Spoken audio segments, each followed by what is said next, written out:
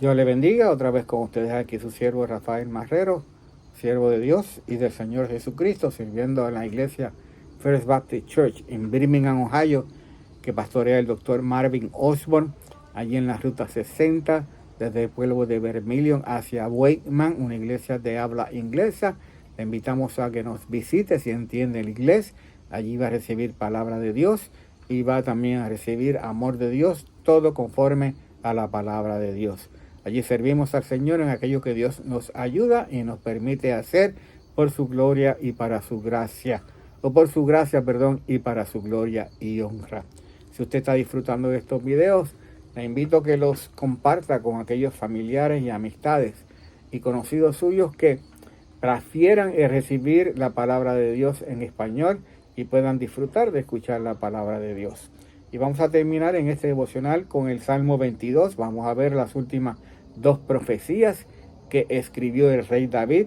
Dios le permitió a David ver cómo iba a ser la muerte de Jesús en la cruz del Calvario y escribir acerca de la muerte de Jesús en la cruz del Calvario. Hay dos capítulos en la Biblia que nos hablan desde mucho antes de la muerte de Jesús en la cruz del Calvario. Este Salmo 22 y el capítulo 53 de Isaías, escrito 800 años antes, casi 800 años antes de la muerte del Señor Jesús en la cruz del Calvario. Y vamos a la profecía número 5, que en el orden de los versículos va después del versículo que vamos a leer o va antes, pero vamos al libro de Salmos 22, 18. Repartieron entre sí mis vestidos y sobre mi ropa echaron suertes. Cuando estaban llevando a la cruz del Calvario a Jesús, cuando fue tratado o maltratado en el pretorio por los soldados y entonces despojado de sus vestimentas, antes de llevar a la cruz del Calvario sucedió este evento. Repartieron entre sí mis vestidos y sobre mi ropa echaron suerte. Algunos evangelistas lo ponen en el momento en que Jesús está muriendo en la cruz del Calvario y cómo están los soldados echando suerte sobre el manto, sobre lo que cubría al Señor Jesús cuando fue detenido. Repartieron entre sí mis vestidos y sobre mi ropa echaron suertes. Dice el apóstol Juan en capítulo 19, versículos 23 y 24. Cuando los soldados hubieron crucificado a Jesús, Juan lo clasifica o lo pone después del Señor Jesús estar en la cruz del Calvario, tomaron sus vestidos e hicieron 4 partes para cada uno. Tomaron también su túnica, la cual era sin costura, de un solo tejido, de arriba a abajo. Sus vestidos los dividieron entre 4 partes, pero su túnica, como era de un solo tejido de arriba a abajo, dijeron entre sí: no la partamos, sino echemos suerte sobre ella a ver de quién será. Esto, dice el apóstol Juan, fue para que se cumpliese la escritura que dice: repartieron entre sí mis vestidos y sobre mi ropa echaron suertes. Y así lo hicieron los soldados. A Dios no se le escapa ningún detalle. El rey David escribió sobre esto en el Salmo 22 muchos años antes, cuando Jesús fue a la cruz de Calvario. Lo que el rey David escribió, la palabra de Dios nos enseña que se cumplió. Esto, dice, fue para que se cumpliese la escritura. Toda la palabra de Dios se cumple por Dios. Él cumple todo lo que dice que va a hacer. Él cumple todas sus promesas. Él cumple todo lo que él anuncia que va a suceder. Esto fue para que se cumpliese la escritura que dice: repartieron entre sí mis vestidos y sobre mi ropa echaron suertes. Y así lo hicieron los soldados. Y la última de las profecías se encuentra en Salmo 22, versículo 17. Por eso decía el orden. El versículo 18 es después, pero vamos a ver el Salmo 22, 17 ahora, porque también es un evento que sucede después de Jesús estar muerto en la cruz del Calvario. Salmo 22 y versículo 17. Contar puedo todos mis huesos, entre tanto ellos me miran y me observan. contar puedo todos mis huesos, entre tanto ellos me miran y me observan. Y está hablando ahora también de los soldados. Interesante frase, contar puedo todos mis huesos. El evangelista de nuevo, el libro de Juan, capítulo 19, nos dice: vinieron pues los soldados y quebraron las piernas al primero y asimismo al otro que había sido crucificado con él.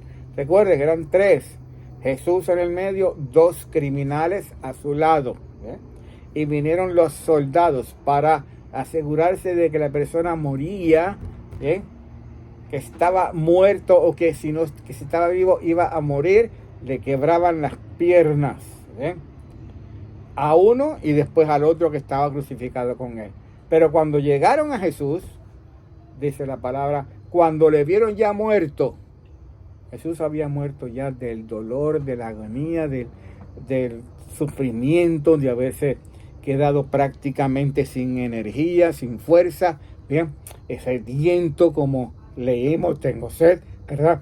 Jesús murió antes, no le quebraron las piernas. ¿Por qué?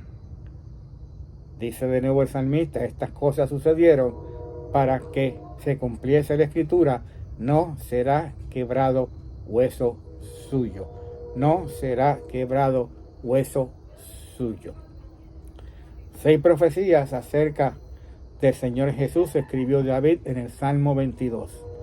Todas nos llevan a mirar a Jesús en la cruz del Calvario, a mirar su sacrificio, su dolor antes, durante y entonces mientras estaba muerto allí sufriendo también en la cruz del Calvario.